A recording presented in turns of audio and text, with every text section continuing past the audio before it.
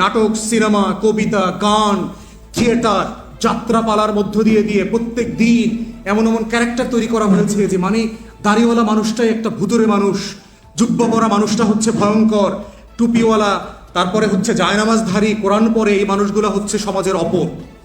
এবং যিনি সমাজের অপর তাকে যে কোনো অজুহাতে মেরে ফেলা যায়।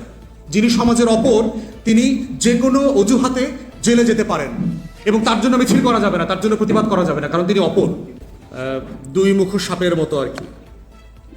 আপনারা যদি টেলিভিশনে দুই মুখ যে গোখরা আছে ওটা যদি দেখে থাকেন, আমি কিছুক্ষণ আগে আর একটা ইভেন্টে বলেছি যে সে যখন ক্ষুধার্ত থাকে প্রচণ্ড, বিশেষ করে যখন প্রেগনেন্ট থাকে, মেয়েটা যখন প্রেগনেন্ট থাকে তখন সে ক্ষুধার্ত থাকবার কারণে যখন সে গর্তে থাকে সে সিকিউরিটির কারণে বাইরে যেতে পারে কম। ক্ষুধার্ত থাকা অবস্থায় সে এমনও হয় যে এক মুখ আর এক মুখের পিছনের যে ঘাড় আছে ওখানে কামড় দেয় এবং দুই মুখ একই শরীরের ভিতরে খামড়াখামড়ি করে খাবারের জন্য, রক্তের জন্য।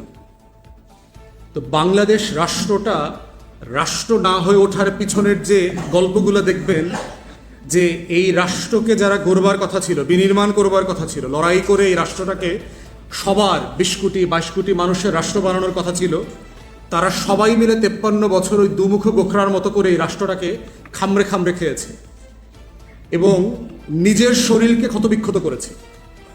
24 কি 71-এ বানানো একটা রাষ্ট্রের রক্তাক্ত দেহের নাম ছিল 1990। সেই 1990 সালের একটা রক্তাক্ত দেহ আবার 111 এসে আরও রক্তাক্ত হয়েছে। 24-এ এসে এই রাষ্ট্রটা আবার নতুন করে প্রচণ্ড রকম রক্তাক্ত হয়েছে।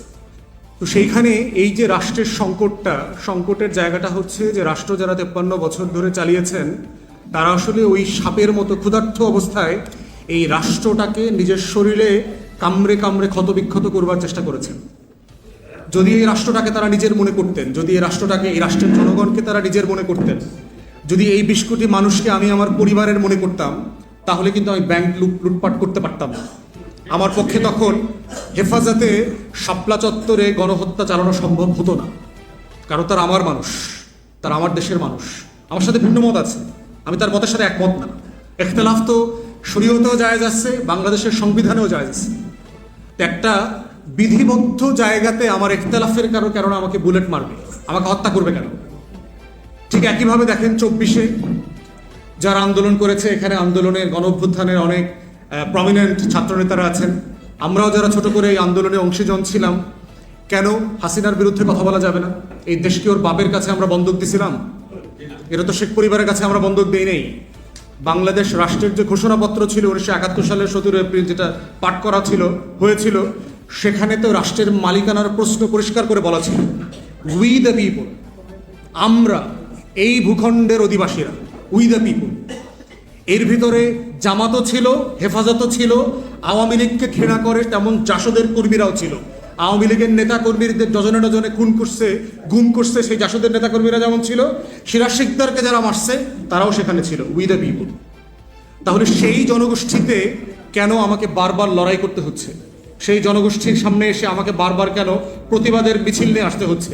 সেই জনগোষ্ঠীকে কেন রাষ্ট্রের কাছে দাবি করতে হচ্ছে যে আমার সংবিধানে দেয়া লিখিত যে অধিকারটা, ওই অধিকারটা আমাকে ফেরত দাও? আমরা যারা প্রতিবাদ করেছি বিভিন্ন সময়, আমাদেরকে মানুষ বলেছে যে আপনি এত জোরে কথা বলেন কেন? এই কথাগুলো বলা ঠিক কিনা? আপনাদেরকে তো পুলিশ মিছিল করতে দিয়েছে, সেটাই তো এনাফ। মানে যেটা আমার এন্টাইটেলমেন্ট, সেইটা আওয়ামী লীগ সরকারের সময় আমরা অধিকার আকারে পেয়েছি। অতএব এন্টাইটেলমেন্ট যে তার দেওয়ার ভিতরে কোনো ক্রেডিট না, এটা সে বোঝে না। সে মনে করে যে ওএমএস এর ট্রাকের পিছনে যে গরিব মানুষগুলো দাঁড়িয়ে চাল ডাল তেল আলু কিনছে, রাষ্ট্র তার প্রতি দয়া করছে, মায়া করছে। আসলে ব্যাপারটা তা না, এটা তার দেয়ারই কথা ছিল, বরং তার বাড়িতে পৌঁছায় দেওয়ার কথা ছিল।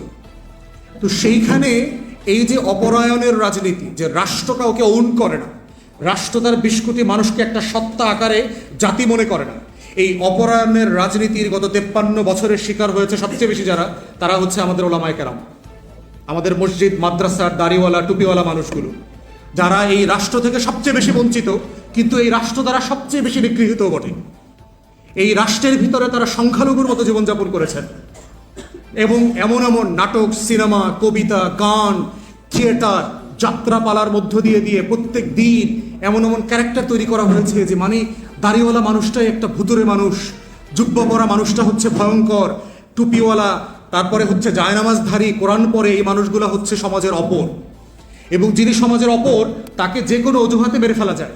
যিনি সমাজের অপর তিনি যে কোনো অজুহাতে জেলে যেতে পারেন এবং তার জন্য মিছিল করা যাবে না, তার জন্য প্রতিবাদ করা যাবে না, কারণ তিনি অপর। এই অপরায়ণের যে আওয়ামী এবং দিল্লির ফ্যাসিবাদী রাজনীতি চলছে এই ভূখণ্ডে, এটাতে নতুন মাত্রা যোগ করেছে হচ্ছে 9/11।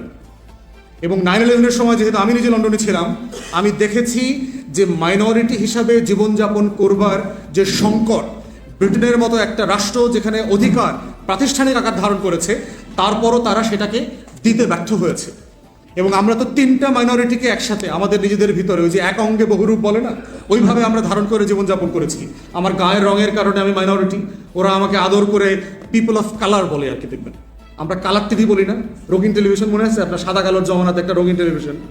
তাহলে আর দেখেন আমি কিন্তু আসলে রঙিন না, কিন্তু আমারে সে টেলিভিশনের মতো করে দেখে যে অপর। টেলিভিশন জিনিসটা কি দেখেন, আমরা যারা ছোটবেলায় প্রথম টিভি আসছে, আমরা প্রথমে কি করছি? প্রথম দিনটার কথা মনে আছে আপনাদের? প্রথম দিনটা মনে আছে? টেলিভিশন কেনার পরে পিছনে গিয়া সবাই লোকটারে খুঁজতাম, মনে আছে? ওই বক্সের ভিতরে এইটা খুইলা সেইটা খুইলা বোঝার চেষ্টা করতাম যে এই মানুষগুলো আসলে কই। তার মানে হচ্ছে যে টেলিভিশনের লোকটাকে কিন্তু আপনি আপনার পরিবারের সদস্য মনে করছেন না, যদিও আপনি বেডরুমে বসে তাকে দেখেন, আপনি কিন্তু তাকে অপর মনে করেন। তাহলে এই যে রঙিন টিভিটাকে আপনি যেভাবে দেখেন অপর আকারে, সেও আমাকে, আমার রঙের মানুষকে অপর আকারে দেখে, পিপল অফ কালার, সুন্দর করে বলে রঙিন মানুষ। আসলে তো আমরা রঙিন মানুষ না, আমরা তো কালো মানুষ, ব্রাউন পিপল। তো সেই মাইনরিটির পরে তারপর হচ্ছে যে আমার একটা ভাষার সমস্যা আছে, আমি ইংরেজি ভাষী না, আমার একটা সেকেন্ড মাইনরিটি আইডেন্টিটি আছে। থার্ড হচ্ছে আমার একটা ধর্মের সমস্যা আছে, এবং এমন একটা ধর্ম যেই ধর্মটাকে ফ্রান্সিস ফুকুয়ামা থেকে শুরু করে হান্টিংটন সবাই তার পশ্চিমা খ্রিস্টীয় সভ্যতার জন্য হুমকি বলে উল্লেখ করেছেন। End of history, clash of civilization, and so forth. Hundreds of books have been written down in 80s and 90s. তো সেই জায়গাতে মাইনরিটি হিসেবে বেঁচে থাকার যে লড়াইটা, বাংলাদেশে ওলামায়ে কেরামদেরকে 53 বছর ধরে একটা সংখ্যালঘু জীবনযাপন করতে হয়েছে। অতএব এই রাষ্ট্রের গণ অভ্যুত্থানের পরে আমরা যখন বাংলাদেশ 2 নতুন রাজনৈতিক বন্দোবস্তের কথা বলছি, তখন আমাদেরকে নিজের নাগরিকদেরকে অপরায়ণ থেকে বের করে এনে আমরা কিভাবে সম্মিলিতভাবে আমার রাষ্ট্র এবং জাতিসত্তা তৈরি করব, সেটাই হচ্ছে বাংলাদেশ 2-এর দায় এবং দরদের রাজনীতি। এই রাজনীতি তরুণরা করেছে এবং এটাই হচ্ছে সম্মিলিতভাবে ওলামায়ে কেরাম, ছাত্র সমাজ এবং আমাদের অংশীজনদের আগামী দিনের রাজনীতি। সবাইকে অসংখ্য ধন্যবাদ। আসসালামু আলাইকুম।